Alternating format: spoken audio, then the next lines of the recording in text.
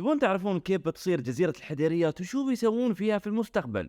كملوا هذا الفيديو. بشكل عام الجزيرة مخططها ونمط حياتها تعتمد على بيئة طبيعية متميزة، فبتكون وجهة سكنية وسياحية وترفيهية ورياضية. المخطط العام يحتوي على مجمعات سكنية فاخرة، فنادق، مجمعات تجارية، تحتوي على تلال عليها وحدات سكنية فاخرة بحيث تكون عندها اطلالات بانورامية 360 درجة على جزيرة أبو ظبي والواجهات البحرية. يضم مشروع فيلودروم أبو ظبي يحتوي على مضمار داخلي للدراجات الهوائية متصل بمضمار خارجي على سطح المبنى اللي بيفتتحونه إن شاء الله في بداية 2025. سيرف أبو ظبي يحتوي على مرافق لركوب الأمواج، منها أطول وأعلى موجة في العالم من صنع الإنسان، وأكبر حديقة في أبو ظبي فيها أنشطة ترفيهية ومغامرات مثل مطاعم وكافيهات، مناطق ألعاب وفعاليات، ومسارات للمشاة والدراجات الهوائية. شبكة نقل بطول 220 كيلومتر مخصصة للدراجات الهوائية. خبروني من رأيكم شو أحلى شيء منهم؟